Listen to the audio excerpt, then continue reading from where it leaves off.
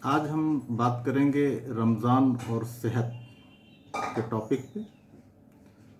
कुरान शरीफ में अल्लाह ताला ने इरशाद फरमाया है कि ऐ ईमान वालों, तुम पर रोज़े फ़र्ज़ किए गए जैसे कि तुमसे पहले के लोगों पर फ़र्ज़ किए गए थे, ताकि तुम मुत्तकी और परहेज़गार बनो।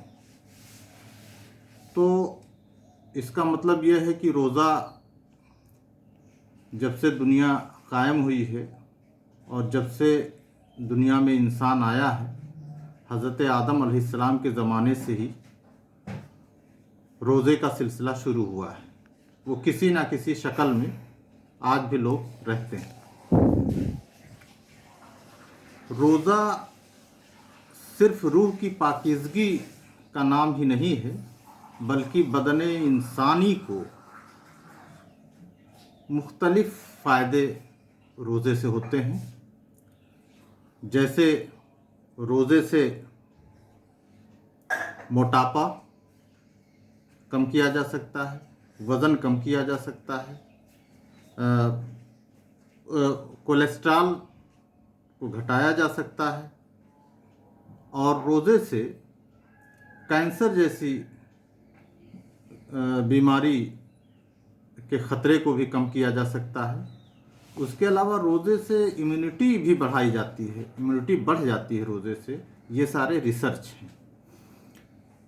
अब इसके बावजूद भी हम बताना चाहेंगे कि रोज़ा जो लोग किसी मर्ज़ में मुब्तला हैं, उनको रोज़े के दौरान एहतियात बरतना चाहिए।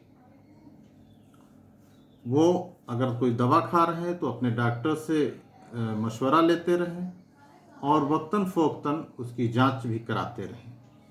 जैसे मान लीजिए कोई मरीज़ है शुगर का, जिसे डायबिटीज़ की बीमारी है, शुगर की बीमारी है, तो ऐसे मरीज़ को रोज़ा रखने के लिए बहुत ही एहतियात की ज़रूरत होती है।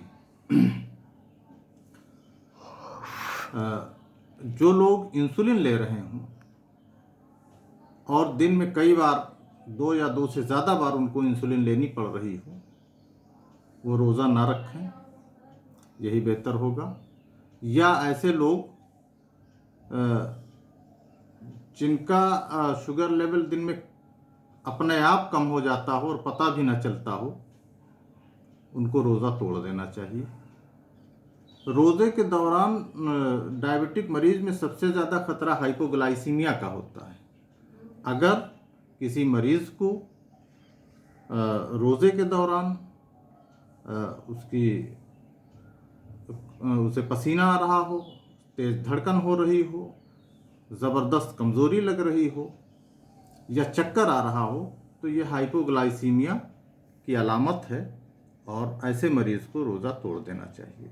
या मॉनिटरिंग करते समय अगर शुगर लेवल 70 मिलीग्राम % से कम आता है, तो ऐसे मरीज़ को रोज़ा तोड़ देना चाहिए।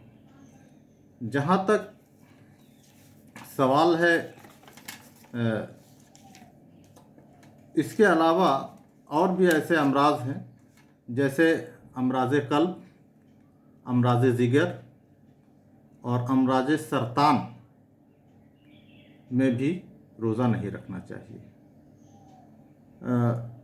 रोज़े और सहरी के ताल्लुक़ से हम यही बताएंगे कि ताल्लुक़ जहाँ तक सहरी का है और डायबिटीज़ के मरीज़ का है, तो सहरी और सहरी से पहले अफ्तार में आमतौर से पूरी मेज़ सजी होती है खान पान की चीज़ों से और अज़ान होते ही लोग टूट पड़ते हैं। ऐसा नहीं होना चाहिए और ख़ास तौर से डायबिटीज़ के मरीज़ ख़ास ध्यान रखें। रोज़ा अफ्तार खजूर से करना सुन्नत है। 1, 3, 5, 7 खजूर खा सकते हैं, ये सुन्नत है। लेकिन डायबिटीज़ के मरीज़ एक ही खजूर खाएं, यही बेहतर होगा।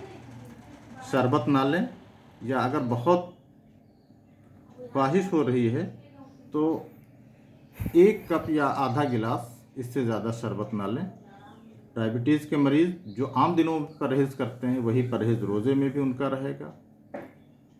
अफ्तार में कम से कम खाएं और अफ्तार और सहरी के बीच कम से कम 3 लीटर पानी पिएं ताकि डिहाइड्रेशन से बचा जा सके और बदन में पानी की कमी ना होने पाए।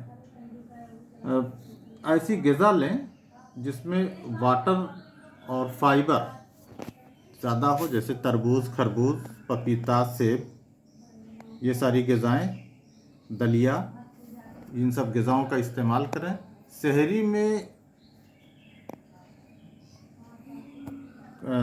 तेल मसाले वाली चीज़ें, मिर्च मसाले वाली चीज़ें बिल्कुल ना लें, क्योंकि इससे बहुत ज़्यादा प्यास लगेगी और डिहाइड्रेशन का ख़तरा होगा। वहीं दूसरी तरफ एसिडिटी भी होती है, बर्निंग होती है सीने में, और खट्टी डकारें आती हैं जिससे दिक्कत होती है। और दूसरी चीज़ ये है कि बहुत से लोगों की आदत होती है कि सहरी के बाद चाय या कॉफ़ी लेते हैं। ये भी ना लें, क्योंकि चाय और कॉफ़ी से भी प्यास लगेगी और डिहाइड्रेशन बढ़ेगा।